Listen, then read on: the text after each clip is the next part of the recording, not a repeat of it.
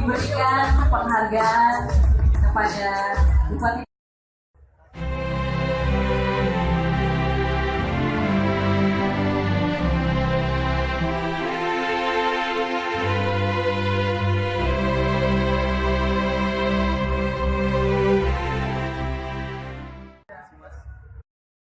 Aceh pada malam ini mendapatkan penghargaan dari PES nasional, ya, dari PWI nasional berupa peduli olahraga untuk Banda Aceh.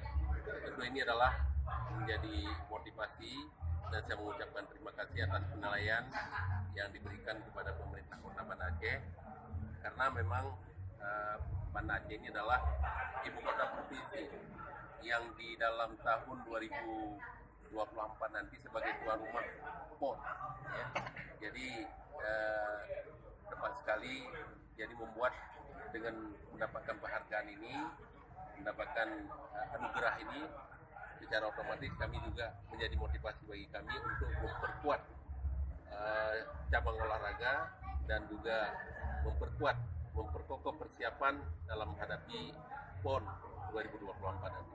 Pak, untuk fasilitas olahraga apa yang akan dibangun Pak di Aceh?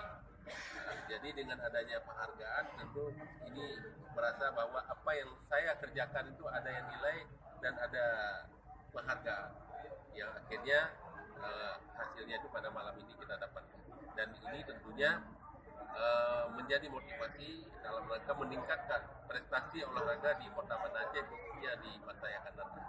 Terima kasih.